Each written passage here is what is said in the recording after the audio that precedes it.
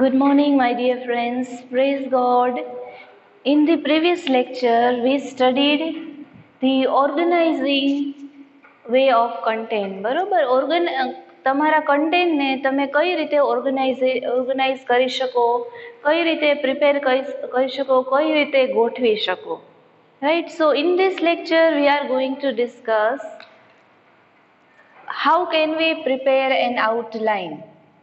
That means preparing an outline.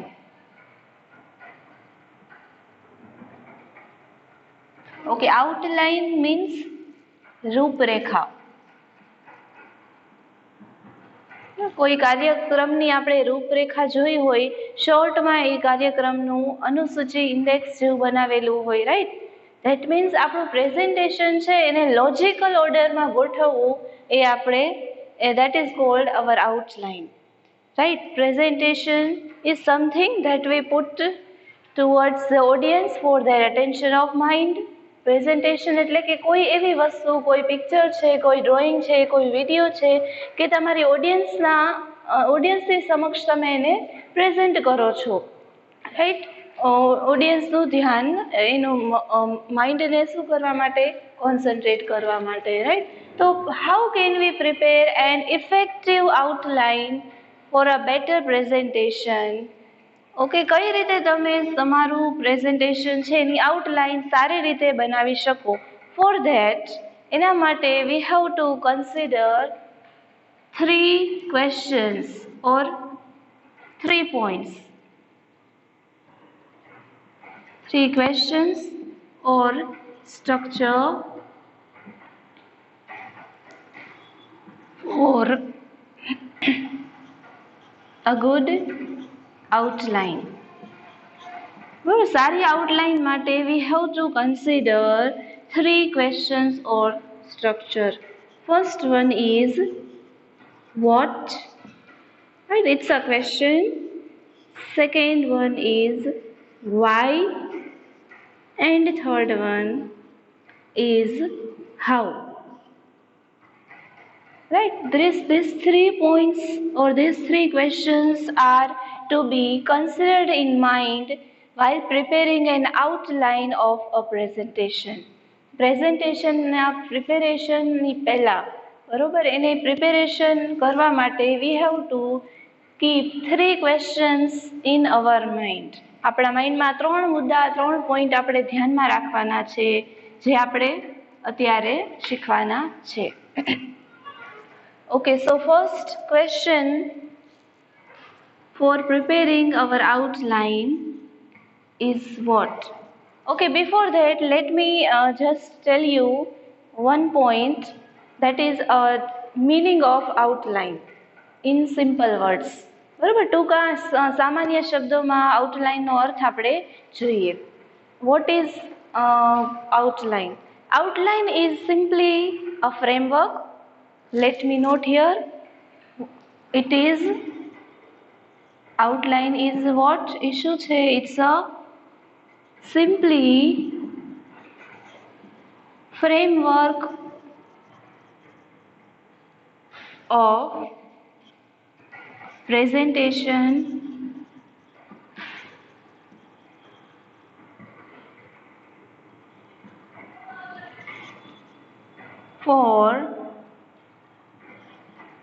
on a particular topic or subject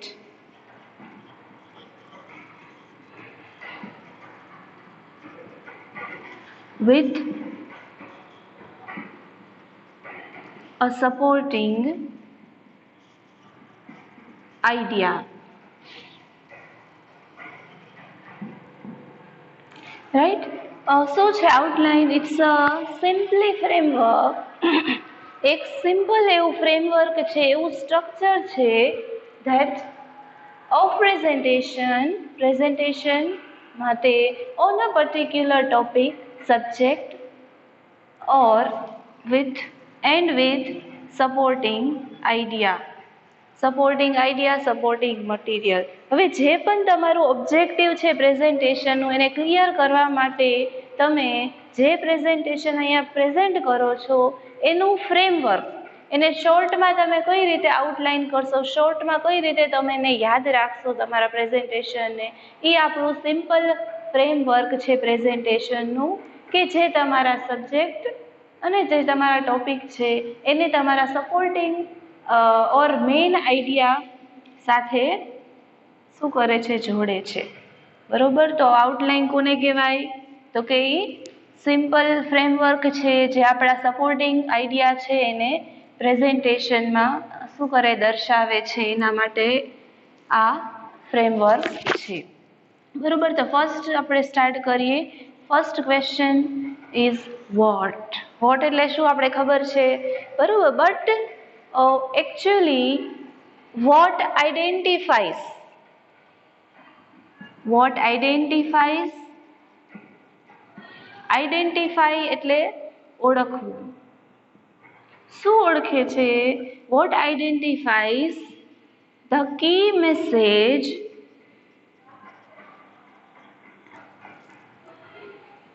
to communicate with audience. What identifies the key message to communicate with audience? Audience સાથે communicate કરવા માટે જે તમારો main message છે, બરોબર છે, એ આપણે વોટના પોઈન્ટમાં આપણે કન્સિડર કરશું. That means exactly what are you going to present, on which topic or on which subject R you going to present your idea. તમારું પ્રેઝન્ટેશન છે, તમારા આઈડિયા છે, એને તમે કયા ટોપિક ઉપર શું તમારો કી મેસેજ છે, બરોબર, એ વોટ ક્વેશ્ચન આઈડેન્ટિફાઈ કરે છે, એ ઓળખાવે છે. ધેટ મીન્સ આપણે વોટના ક્વેશ્ચનમાં શું યાદ રાખવાનું, કે તમે કયો મેસેજ તમારા ઓડિયન્સને સેન્ડ કરવા માગો છો, exactly what are you on which topic R you going to discuss, શું તમે મેસેજ આપવાના છો, એ તમારું વોટના કોન્સેપ્ટમાં આઈડેન્ટિફાઈ થવાનું છે. Right. From the perspective of audience, તમારા ઓડિયન્સના અનુમાન પ્રમાણે, from the perspective of audience, perspective means observation.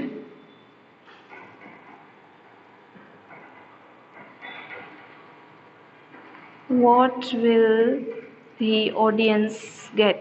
Okay, see, from the perspective of audience, audienceના observation પ્રમાણે how will the audience or how will be the audience get the benefit? Okay. That means આપણે ઓડિયન્સના પક્ષમાં, that means ઓડિયન્સના observation through આપણે વિચારવાનું છે કે what will the audience get the benefit. તેઓ આપણા મેસેજમાંથી શું શીખવાના છે, શું ફાયદો, શું બેનિફિટ લેવાના છે, બરોબર. Benefit, advantage. That means exactly what are you going to tell them and for what purpose. From the perspective of audience, ઓડિયન્સના પક્ષ તરફથી આપણે શું ધ્યાન રાખવાનું છે કે આપણો જે ટોપિક છે, જે પ્રેઝન્ટેશન છે, એ કઈ રીતે ઓડિયન્સ એનો યુઝ કરશે, કઈ રીતે એનો લાભ, એનો બેનિફિટ, એના એડવાન્ટેજ લેવાના છે, બરોબર. તો વોટના ક્વેશ્ચનમાં શું આપણે યાદ રાખવાનું છે? વી have two consider what is the gain of audience and what is the main subject of our presentation. બરોબર. એક વોટ ક્લિયર. હવે second question in our mind to be considered before preparing an outline. Outline prepare કરતા હોય ત્યારે બીજો question આપણા માઇન્ડમાં એ થવો જોઈએ, ધેટ ઇઝ વાય. બરોબર. Why means, why suggest or reflects or represent the reason બરોબર. Why suggest the reason, why શું દર્શાવે, કારણ દર્શાવે છે. બરોબર, કે તમે તમારા ઓડિયન્સને તમે મેસેજ જે સેન્ડ કરો છો એ શા માટે તમે, why are you going to present your presentation on a particular topic. એ કોઈ પણ ટોપિક વિશે તમે પ્રેઝન્ટેશન આપો છો તો એનું રીઝન શું છે, exactly what is the reason behind it. તો આ આપણા માઇન્ડમાં પણ ક્લિયર હોવું જોઈએ જ્યારે આપણે આની આઉટલાઇન, આપણા પ્રેઝન્ટેશનની આઉટલાઇન બનાવીએ છીએ ત્યારે. બરોબર છે. હવે એની સાથે સાથે આપણે રીઝન જોયું, એની સાથે સાથે વી have two strengthen our presentation by supporting material, facts and examples. Okay, look here. Why suggest or represent the reason that I told you. બરોબર છે, હમણાં કીધું એ કારણ દર્શાવે છે. We have to strengthen our presentation by supporting material, facts and examples. આપણું પ્રેઝન્ટેશનને effective બનાવવા માટે, એને સ્ટ્રેન્થન કરવા માટે, એને સ્ટ્રોંગ બનાવવા માટે we have to take the help of supporting material, that means our reference. We need to focus on the facts relating to our presentation. આપણા પ્રેઝન્ટેશનને લગતા ફેક્ટ પણ આપણે ધ્યાનમાં લેવાના છે. and also we have to take the help of examples to make our topic easy for the audience. Audience માટે easy બનાવવા માટે we can give a very effective illustration which is related to our topic. આપણા ટોપિકને related હોય જે એવા examples, ઇલસ્ટ્રેશન આપીને આપણું presentation આપણે કેવું સ્ટ્રોંગ બનાવી શકીએ. So this is the second thing that we have to consider in mind before while preparing outline. Outline prepare કરવા સમયે આ સેકન્ડ પોઈન્ટ છે જે આપણે ધ્યાનમાં લેવાનો છે. Okay, third thing is how. બરોબર, હાઉ એટલે કઈ રીતે. That means the objective of our presentation to be made clear. આપણો જે ઓબ્જેક્ટિવ છે, જે આપણે પરસીવ કરાવવા માંગીએ છીએ, જે કન્વિન્સ કરાવવા માંગીએ છીએ, જે આપણો મેસેજ છે. ફોર એક્ઝામ્પલ, આપણો ટોપિક એવો હોય કે ક્લીનલીનેસ. ઓકે, તો ક્લીનલીનેસ ટોપિક છે, તો એને કઈ રીતે તમે પ્રેઝન્ટેશનમાં કઈ રીતે તમે તમારા ઓડિયન્સને કન્વિન્સ કરશો, કઈ રીતે તમારા ઓડિયન્સને તમે તમારા સાથે એગ્રી કરશો. રાઈટ, તો આ થર્ડ પોઈન્ટ છે, એમાં તમારે આ બાબતો યાદ રાખવાની છે. It means how your audience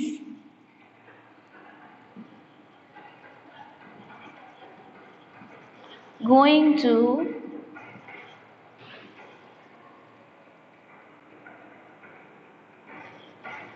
agree with you with your topic,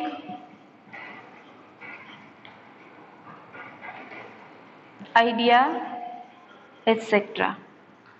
How એટલે શું? તો કે it means how your audience is going to agree with your topic or ideas. તમે હવે જે કહેવા માંગો છો, ફોર એક્ઝામ્પલ હમણાં મેં કીધું ક્લીનલીનેસ, સ્વચ્છતા. હવે તમારું પ્રેઝન્ટેશન સ્વચ્છતા ઉપર હોય, ક્લીનલીનેસ ઉપર હોય, તો તમે કયા પોઈન્ટ થકી, બરાબર, એને કઈ રીતે તમે કન્વિન્સ કરશો કે જે ક્લીનલીનેસનો સારો મિનિંગ, કઈ રીતે ક્લીનલીનેસ મેન્ટેન કરવી, એનો આઈડિયાને બધા લોકો એગ્રી કરે.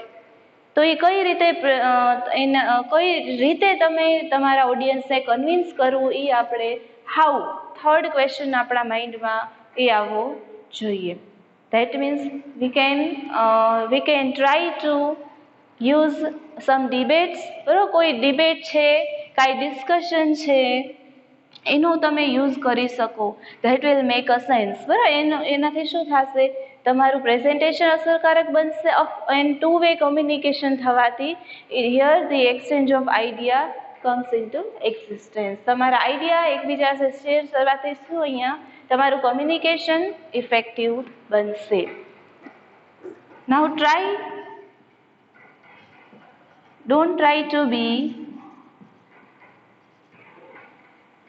try to be prospective. That means we don't have to estimate in advance. બરોબર. Prescriptive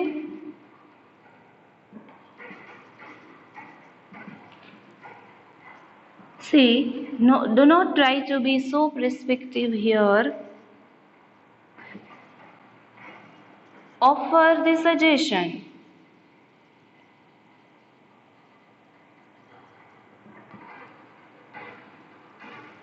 Okay, see, here we don't have to try to be so prescriptive. બરાબર, પ્રિસ્ક્રિપ્ટિવ એટલે કેવું, તો કે તમે અગાઉથી જ પૂર્વધારણા અગાઉથી આપણે આ વિચારવાનું નથી. અગાઉ આપણે એવું નથી વિચારવાનું કે all the audience will listen to you or will they agri to you. That means આપણે એવું વિચારવું ન જોઈએ કે બધી જ ઓડિયન્સ આપણે એગ્રી કરે. There are some people who will not listen to you, right. There are some people who will not agree with your message, your ideas. So here we have to offer the suggestion or advice. હવે તમારો idea છે, તમે જે કહેવા માંગો છો, જે તમારો પોઈન્ટ છે કહેવાનો, એને તમે એક સજેસ્ટિવ વેમાં, એક સૂચન તરીકે, એક સલાહ તરીકે તમે એને પ્રેઝન્ટ કરો. બરોબર. ફોર એક્ઝામ્પલ, ક્લીનલીનેસ ઉપર તમે પ્રેઝન્ટેશન આપો છો, તો ક્લીનલીનેસ થકી ક્લીનલીનેસના ફાયદાઓ છે, ક્લીનલીનેસ જો આપણે ન રાખીએ તો એના કોન્સિક્વન્સ, એનું રિઝલ્ટ શું આવે છે, તો આ પોઈન્ટ આ બધા એક સજેશન વેમાં તમે, સજેસ્ટિવ વેમાં તમે પ્રેઝન્ટ કરો, એક એડવાઇસ સ્વરૂપે. Not by forcing our thought on the audience. આપણા વિચારને આપણે ઓડિયન્સ ઉપર ફોર્સ નથી કરવાના, but we have to explain them in an suggestive way, or we have to give an advice. Okay, so here how can we better plan and outline. કઈ રીતે આપણે સારી આઉટલાઇનને પ્રિપેર કરી શકીએ તે આપણે જોયું. એમાં 3 પોઈન્ટ્સ આપણે, 3 question we have to consider in the mind. First was what, શું તમે તમારું ટોપિક છે, તમારો ઓડિયન્સ શું અગેન કરશે, એમાંથી શું એડવાન્ટેજ લેશે, કઈ રીતે હેલ્પફુલ બનશે. સેકન્ડ આપણો પોઈન્ટ હતો, second question why. That means the reason for what the presentation is prepared. Reason શા માટે પ્રેઝન્ટેશન આપણે પ્રિપેર થયું છે. And the third main question and the last question was how. That means in which way, કઈ રીતે તમારું પ્રેઝન્ટેશનને તમે agreement, બરોબર, તમારા ઓડિયન્સને કઈ રીતે તમે કન્વિન્સ કરી શકો. So use the suggestive way or give an advice. Okay, so I hope this lecture will be helpful for you. So we will meet you in the next lecture with a new topic.